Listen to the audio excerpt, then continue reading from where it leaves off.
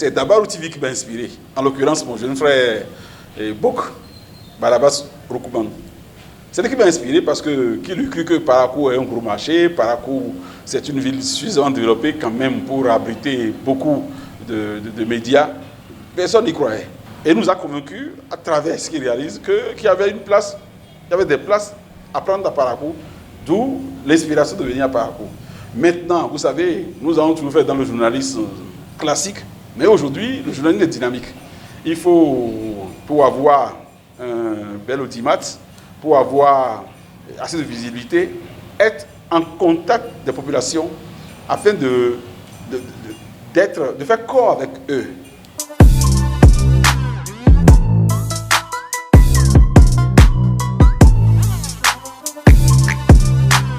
Bon, le rêve, c'est d'abord conquérir le septentrion en général en étant à Parakou, et puis rentrer maintenant dans d'autres villes du septentrion, à savoir Nati Tengou, aller nous installer à Manamville et descendre dans le sud pour être présent à Koubert, à Lokossa. En tout cas, nous avons l'ambition de couvrir tout le Bénin. Ce n'est qu'à ce prix qu'on sera respecté, ce n'est qu'à ce prix qu'on sera efficace pour tout le monde, et ce n'est qu'à ce prix qu'on va garder les références dont nous rêvons qu'on nous attribue.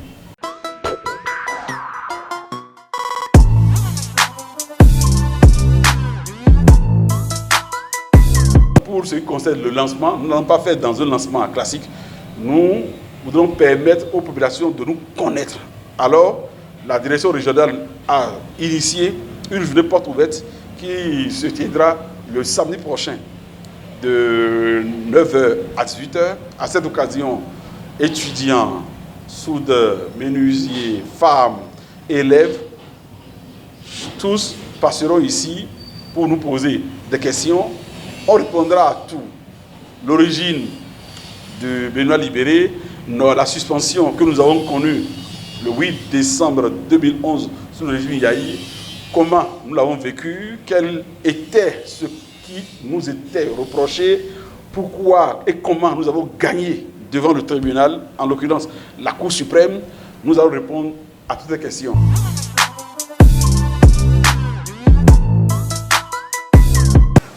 C'est un tout petit chantier, mais j'avoue que c'est là où j'ai eu les pires ennuis. Je dis bien les pires ennuis.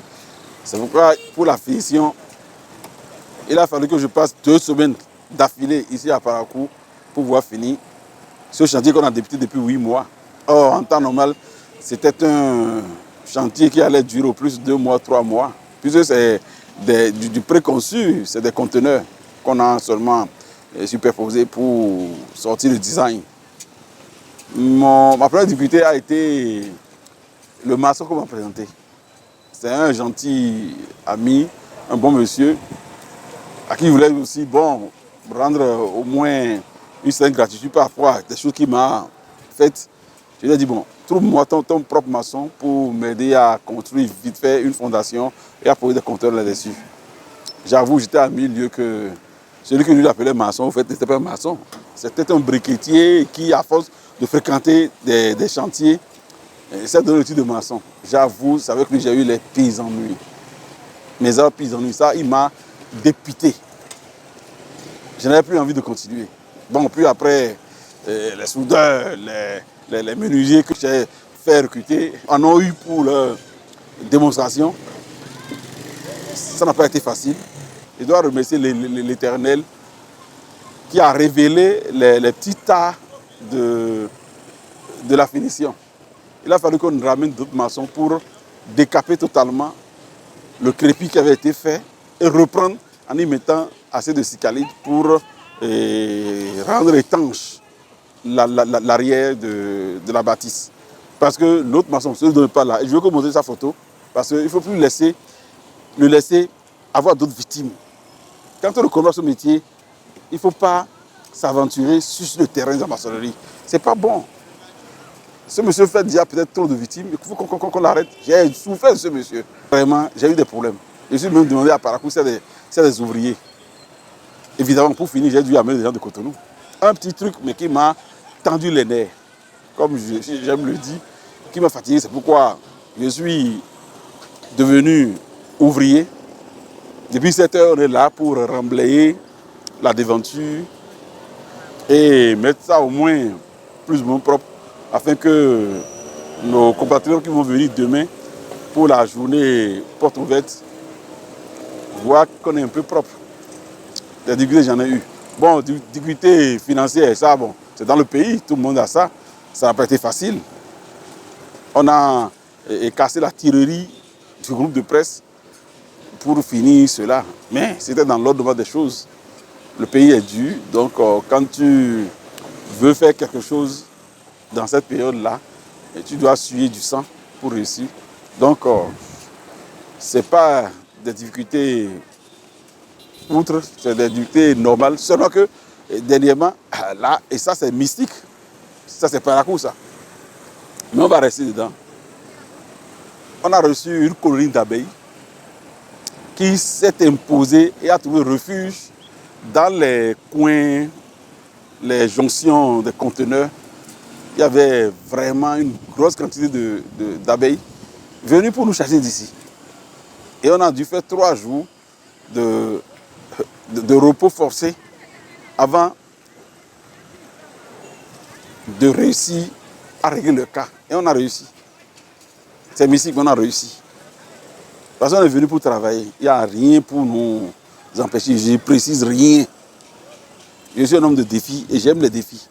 Donc voilà les défis que nous avons eus. Seulement que on a eu des amis qui nous ont témoigné leur soutien, qui nous ont bénis, qui étaient là à travers toutes les formes de soutien qu'il nous fallait pour avoir le courage de continuer. Aujourd'hui, on remercie l'Éternel. C'est fin prêt. Reste maintenant aux confrères, en l'occurrence le directeur régional, Ano Koumondi, et ses collaborateurs, de relever le défi de rentabiliser la maison, le défi de porter l'étendard BL TV Benoît Libéré aussi loin que possible pour couvrir réellement tout le septentrion, afin qu'on sache qu'en matière d'élaboration d'un plan média, on doit nous inclure dedans. Et nous aussi, réussir à être au service des populations.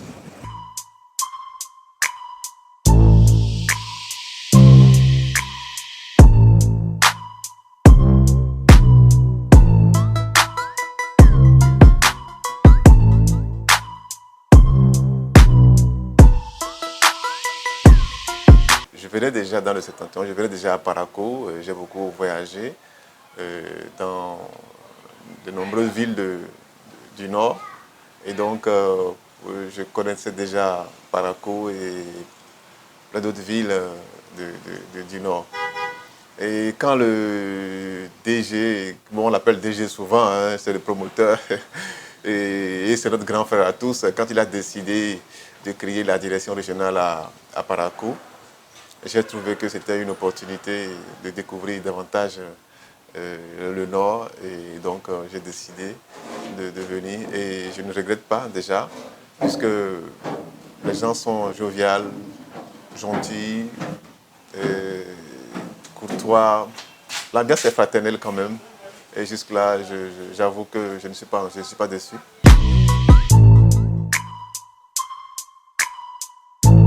Et nous sommes venus ici pour une mission, c'est de développer, de suivre la vision que notre grand frère Aboubakar Tako a décidé de mettre en place. Et nous allons suivre avec lui cette vision-là pour que, comment dirais-je, la réforme dont a parlé le président Patrice Talon, et de créer de grands groupes au niveau des médias, que le Bénin libéré devienne un grand groupe et dans tout le pays et que les médias soient reconnus à leur juste valeur.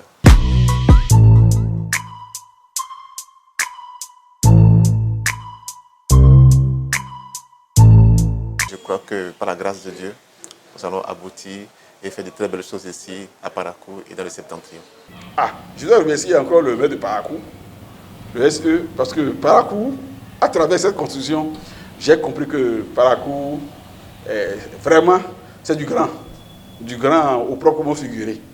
Donc, je nous prie à Paracourt que nous reprenions avec les valeurs de la solidarité agissante, au sens fort du mot. On n'a rien fait à quelqu'un, mais ça peut être facile de nous installer ici.